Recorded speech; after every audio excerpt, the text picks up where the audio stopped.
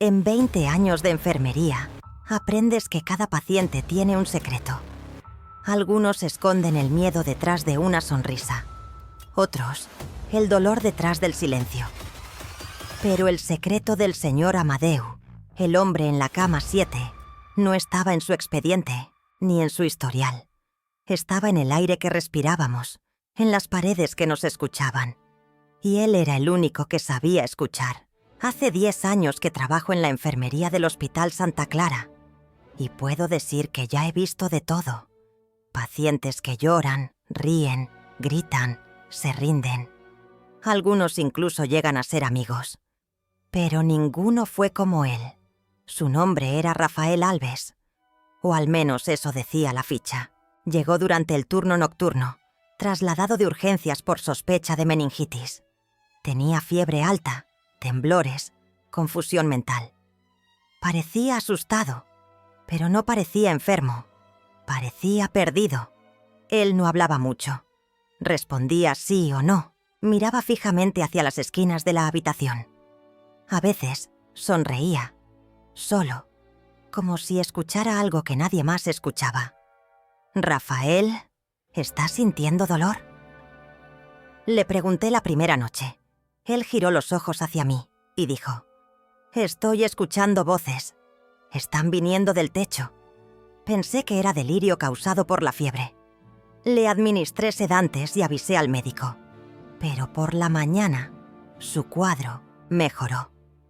La fiebre bajó, la confusión pasó. Incluso conversamos normalmente. «Sé que debe parecer locura», dijo mientras tomaba su jugo de naranja. «Pero anoche, alguien me llamó por mi nombre, una mujer. Dijo que todavía tenía tiempo. Pensé que era una pesadilla inducida por la medicación. Hasta que, al llegar a hacer la ronda nocturna al día siguiente, la habitación estaba vacía. Él había sido trasladado a otro piso. Pero fue ahí donde empezó lo extraño. El problema es que él nunca existió en los registros oficiales. Fui al sistema, busqué Rafael Alves y nada. Ningún registro de entrada, ninguna guía médica, ni siquiera una nota de enfermería. Pregunté a mis compañeros del turno matutino. ¿Un paciente llamado Rafael Alves salió hoy? ¿Quién? Incluso el médico de guardia negó haber atendido a alguien con ese nombre. Empecé a dudar de mi propia memoria. ¿Me lo había imaginado todo? Pero las notas estaban allí, escritas con mi letra. Incluso una anotación que no recordaba haber hecho. Paciente afirma estar escuchando voces. Dice tener tiempo para cambiar algo. Recomiendo evaluación psiquiátrica inmediata. Mi cabeza daba vueltas. Fui al archivo físico, pensando que tal vez hubo un error en el registro. Y lo encontré. Un expediente viejo, amarillento, roto en las esquinas, con el nombre Rafael Alves. Fecha de internación. Exactamente hace 10 años. Pero la fecha de alta era ayer. Solo que él nunca salió del hospital. Nadie lo recordaba. Solo yo. Al finalizar mi turno, decidí volver a la habitación donde estuvo. Estaba limpia, ordenada, como si nunca hubiera sido ocupada. Pero en la cabecera de la cama había algo que no debería estar allí. Una nota doblada, escrita con bolígrafo azul. No deberías haberte quedado. Ahora ella sabe que tú la viste. Me helé. Miré a mi alrededor. Nadie. Silencio absoluto. Guardé la nota y salí corriendo. Esa noche juré que no volvería al hospital. Pero, por alguna razón que aún no entiendo, desperté al día siguiente con un único pensamiento. Tengo que descubrir quién es esa ella. La decisión que tomé en ese momento fue, sin duda, la más arriesgada de toda mi carrera. Elegí traicionar el protocolo para honrar mi instinto. Elegí apostar mi credibilidad, construida a lo largo de 2 décadas, en la palabra de un hombre que hablaba con las paredes. Dejé al señor Amadeu y a Lucía y marché. con una determinación gélida, hacia el consultorio del doctor Méndez. No podía, de ninguna manera, mencionar mi fuente. Esa batalla tendría que librarse con las armas que yo poseía, mi experiencia y mi capacidad de persuasión. Encontré al joven cardiólogo revisando exámenes, la frente fruncida en concentración. Presenté mi caso con una calma que no sentía. Expuse la historia de Lucía, no como una serie de quejas aisladas, sino como un patrón narrativo. Enfaticé la naturaleza fugaz y súbita de sus síntomas, la forma en que aparecían y desaparecían, como un ladrón en la noche. Usando la misma metáfora que Amadeu me había susurrado, argumenté que la ausencia de evidencia no era evidencia de ausencia. Sugerí que estábamos buscando un fantasma con las herramientas equivocadas. «Doctor», le dije mirándolo a los ojos, «mi intuición me dice que estamos pasando por alto algo mortalmente serio. Le pido que confíe en mí. Prescriba un monitor Holter de 24 horas». Él me estudió en silencio por un largo momento. Podía ver la batalla en su mente entre la ciencia de los datos que tenía en sus manos y la convicción apasionada en los ojos de la jefa de enfermeras frente a él. Para mi eterno alivio, la confianza en la experiencia de campo venció. Aceptó. El Holter fue instalado, y por casi un día entero, el silencio del monitor pareció burlarse de mi decisión. Lucía permaneció estable. Comencé a prepararme para la humillante disculpa. La vindicación llegó a la mañana siguiente, en la forma de un gráfico que parecía un sismógrafo registrando el fin del mundo. A las 3:17 de la madrugada, mientras Lucía dormía, el Holter había capturado al ladrón. Múltiples episodios de taquicardia ventricular no sostenida. Una tormenta eléctrica que podría haberla matado en cualquier momento. «Usted le salvó la vida, Laura», me dijo un doctor Méndez pálido y conmocionado. La noticia se extendió y mi reputación se consolidó no como la de una loca, sino como la de una profesional, con una percepción clínica casi sobrenatural. Mal sabían ellos cuán cerca de la verdad estaba esa descripción.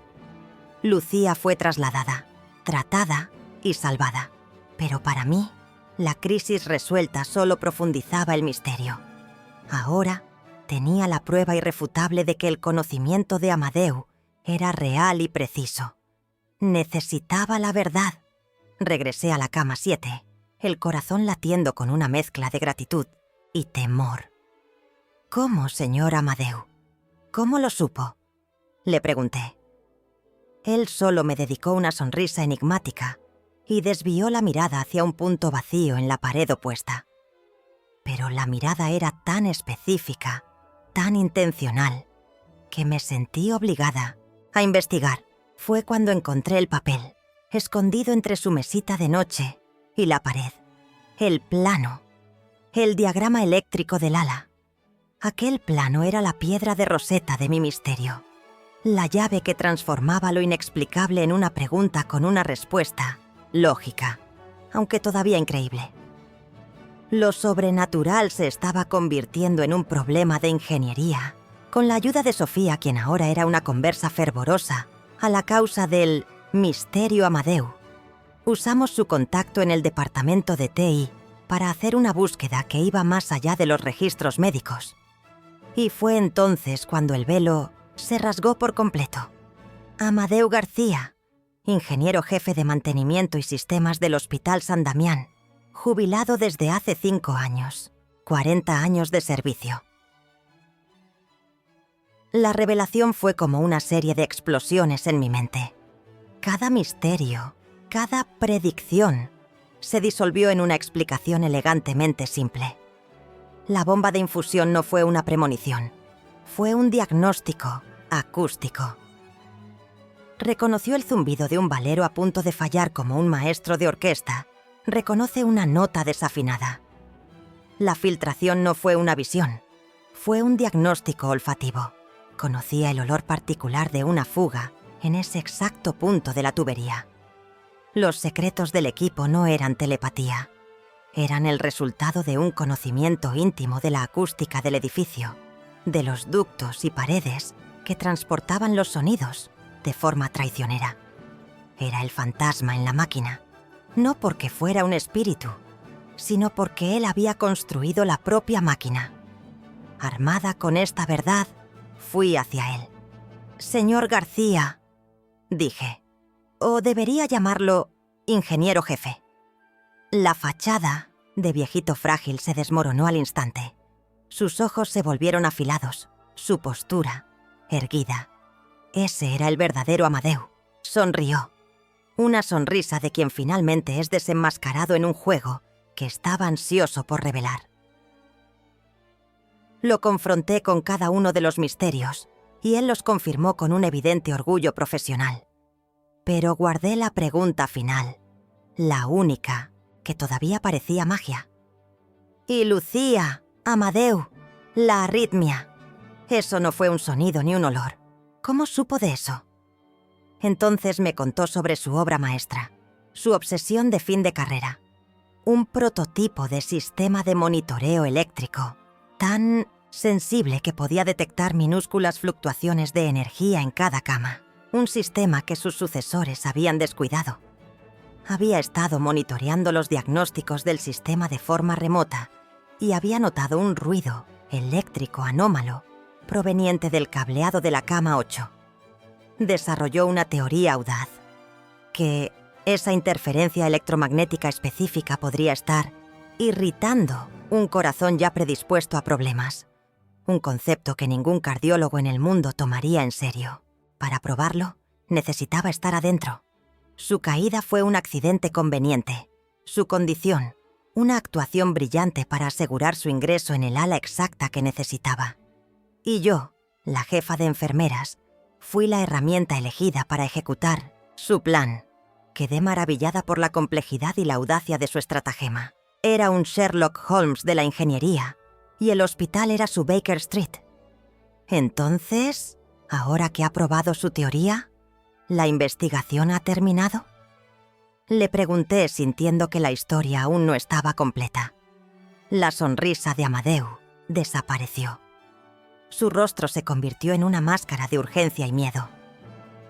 «Enfermera Laura, lo que pasó con Lucía fue solo el síntoma. Un canario en la mina de carbón. La enfermedad real es mucho, mucho peor. El ruido en la cama 8 es la prueba de una falla sistémica en todo el interruptor principal que alimenta esta ala. Se está degradando. No va a aguantar una sobrecarga». Señaló con su mano temblorosa hacia la ventana, donde nubes de tormenta, negras y amenazantes, se acumulaban en el horizonte. Y una sobrecarga es exactamente lo que va a pasar esta noche. Una tormenta fuerte se acerca. Cuando un rayo caiga en la red, los generadores de emergencia dispararán un pico de energía que el interruptor no soportará. Y cuando falle, me miró a los ojos y vi el apocalipsis reflejado en ellos. No será solo un paciente, serán todos sus ventiladores, todos sus monitores. Todo se volverá oscuro y silencioso al mismo tiempo. La llave que el ingeniero me había dado no abría solo la puerta a su secreto. Abría la puerta a un desastre inminente que solo él sabía que estaba por venir. Y la tormenta se acercaba. El aire en el pabellón pareció enrarecerse. Las palabras de Amadeu ya no eran las de un oráculo, sino las de un profeta del apocalipsis. Y la ciencia detrás de su profecía era innegable. Cada bip de monitor a nuestro alrededor de repente sonaba como una cuenta regresiva. La tormenta allá afuera era un pálido reflejo de la que estaba a punto de estallar aquí adentro. El pánico frío y eléctrico intentó apoderarse de mí, pero fue subyugado por 20 años de entrenamiento para actuar bajo presión. La adrenalina era un combustible más limpio. ¿Qué hacemos? Mi pregunta no era de desesperación, sino un llamado a la acción. «A la administración. Ahora», respondió Amadeu, y vi la transformación completa. El paciente desapareció. y en su lugar estaba el ingeniero jefe, el comandante de campo, asumiendo el control. Mientras lo ayudaba a vestirse, arrancando la aguja de su vía intravenosa, yo era sus manos y sus piernas. Él era el cerebro. Nuestra improbable alianza, forjada en el misterio y confirmada por la ciencia, irrumpió por el hospital. Arrastramos a un doctor Méndez conmocionado, pero convencido, con nosotros. Invadimos el santuario corporativo del doctor Ferreira, el director, un hombre cuyo mayor desastre hasta entonces había sido un recorte presupuestario. La escena era surrealista. Un cardiólogo respetado, una jefa de enfermeras frenética y un anciano en pijama que debería estar en una cama de hospital, explicando la inminencia de una falla catastrófica en el sistema eléctrico. La incredulidad inicial del director era un muro de ladrillos. ¡Absurdo! ¡Pánico innecesario! ¿Violación de protocolo? Pero mientras él hablaba, el primer trueno de la tormenta retumbó, sacudiendo el edificio. Las luces parpadearon. Un breve hipo en la corriente eléctrica que fue un presagio perfecto de lo que estaba por venir. Ese parpadeo de luces hizo más para convencerlo que todos nuestros argumentos técnicos. Con el rostro pálido, finalmente tomó el teléfono y activó el código naranja. Desastre interno. El engranaje del hospital comenzó a girar, pero con la lentitud de la burocracia. Una evacuación total era imposible. La única solución era la que Amadeu había propuesto. Un bypass manual en el interruptor principal. Una cirugía de corazón abierto en el sistema eléctrico del hospital. Y Amadeu era el único cirujano calificado en el edificio. El pabellón se transformó en un centro de comando de crisis. Mientras Amadeu era llevado por el equipo de ingeniería del hospital, que ahora lo trataba con la reverencia debida a un general legendario, mi equipo y yo preparábamos el ala para el impacto. Distribuimos linternas. Colocamos un ventilador manual, un ambú, junto a cada paciente intubado. Revisamos una y otra vez los carros de paro. La atmósfera era de una calma tensa, la quietud en el ojo del huracán. Cada enfermero, cada técnico, se movía con un propósito silencioso y enfocado. Es en estos momentos cuando ves la verdadera fibra de un equipo. Yo estaba en el radio, el enlace de comunicación entre el campo de batalla clínico y el frente de ingeniería. Amadeu, con su voz sorprendentemente fuerte, me guiaba a través de lo que debíamos esperar y me daba actualizaciones de su progreso. Nos estaba llevando a las entrañas del hospital, al sótano, un laberinto de concreto y tuberías que yo nunca había visto. Entonces, sucedió. Un rayo iluminó el cielo con un flash cegador, seguido de un trueno que pareció quebrar la propia columna vertebral del edificio.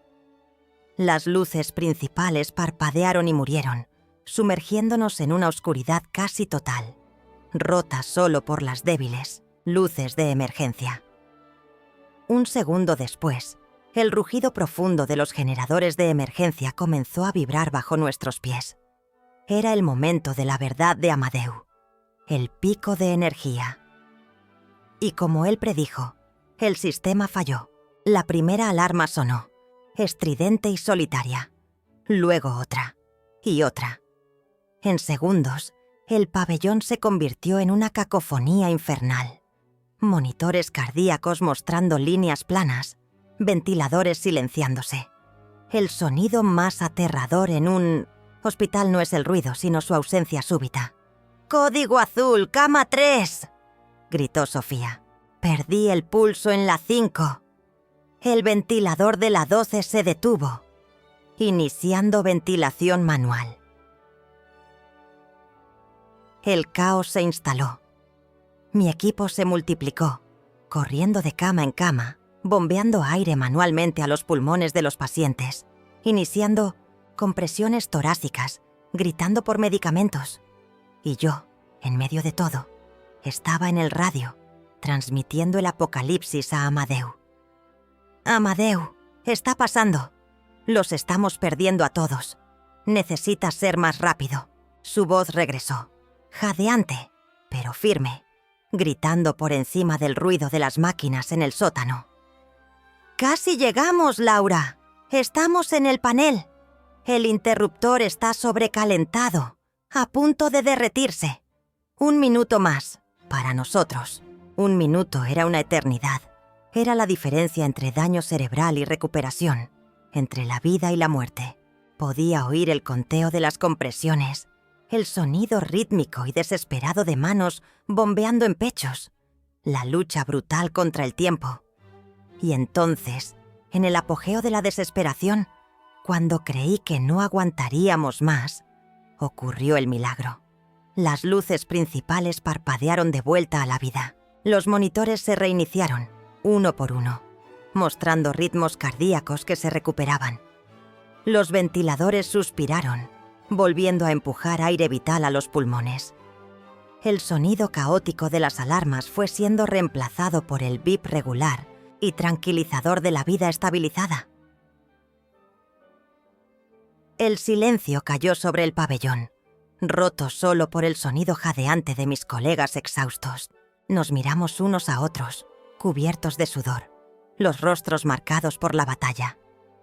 Habíamos llegado al borde del abismo y, de alguna manera, retrocedido. Mi radio crujió una última vez. Era la voz de Amadeu, cansada, pero triunfante. «Bypass. Completado, Laura. La energía está estable. La tormenta pasó. Y pasó». Amadeu García, el paciente de la cama 7, el ingeniero jubilado, el fantasma del pabellón, nos había salvado a todos. Su historia se convirtió en parte del folclore del San Damián. Fue celebrado como un héroe, y su pericia fue finalmente reconocida y solicitada. Se convirtió en un consultor permanente, asegurando que los secretos del edificio que tanto amaba nunca más fueran descuidados. Yo continué con mi trabajo, pero nunca más de la misma manera. La experiencia me rompió y me reconstruyó como una profesional más completa. Aprendí que la verdadera vigilancia no está solo en leer los monitores, sino en percibir las anomalías, en escuchar las historias no contadas. Aprendí que la intuición no es lo opuesto a la ciencia, sino a menudo su punto de partida. A veces, cuando la noche es tranquila y los pasillos están vacíos, paso por la cama 7 y recuerdo al hombre frágil con ojos de un azul penetrante, el hombre que me enseñó la lección más importante de mi carrera, que cada paciente tiene un secreto, sí, pero que el mayor secreto de todos puede estar escondido en el propio corazón del hospital, esperando a que alguien esté dispuesto a escuchar su pulso silencioso.